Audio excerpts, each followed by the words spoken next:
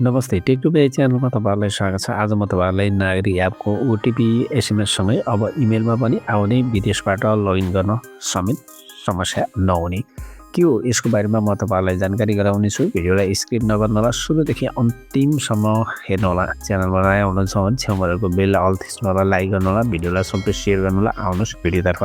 अब विदेशमा रहेका नेपालीहरूले पनि नागरिक एपमा सहज रूपमा लगइन गर्न सक्ने भएका छन्।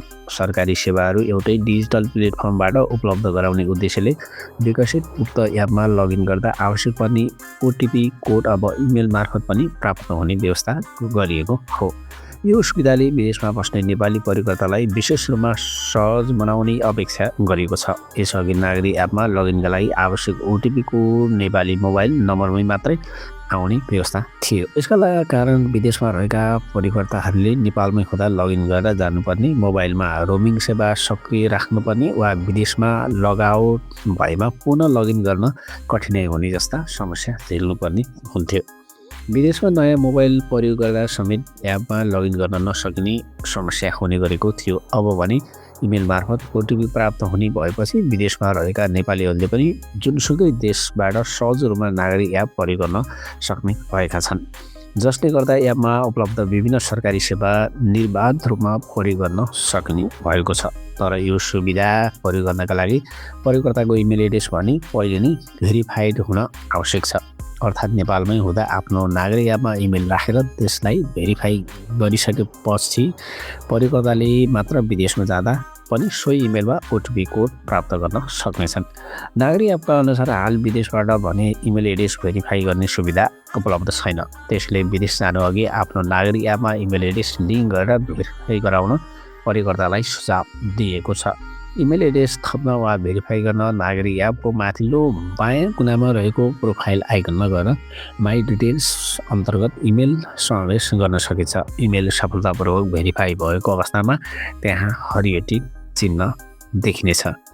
पक्कै पनि साथीहरू, तपाईहरुले नागरिक एपको ओटिपी एसएमएस सँगै अब इमेलमा पनि आउने विदेशबाट लगइन गर्न समेत समस्या नहुने यो तपाईहरुले बुझिहाल्नुभयो।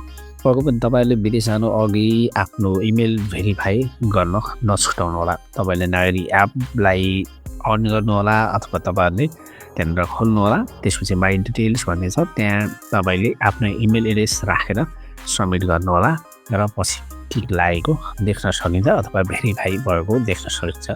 यदि गरिसकेपछि तपाईँ कुनै पनि देशमा जानुभयो भने सजिलै तरिकाले आफ्नो नागरिक एपमा अथवा नागरिक एपलाई युज गर्न सक्नुहुन्छ र नागरिक एपमा भएका तपाईका आफ्ना महत्त्वपूर्ण डकुमेन्टलाई प्रयोग गर्न सक्नुहुन्छ चाहिएको अवस्थामा, अथवा तपाईलाई कुनै बेला समस्या पर्दा अथवा नागरिक एपमा अथवा तपाईको डकुमेन्ट सम्बन्धी कुनै चिज नागरिक एपमा लिङ्क गर्नुभएको छ भने त्यो अवस्थामा सजिलै काम लिन सकिन्छ। यो एकदमै जानकारीमूलक छ र तपाईहरुले एकदमै भिडियो सक्दो धेरै साथीहरूलाई पनि सेयर गर्नुहोला, जसले गर्दाखेरि यो थाहा नहुन सक्छ र आगामी दिनमा तपाईहरुले यदि विदेश कतै जाँदै हुनुहुन्छ भने पनि तपाईले आफ्नो नागरिक एपमा गएर इमेल भेरिफाई गर्न नछुटाउनु होला।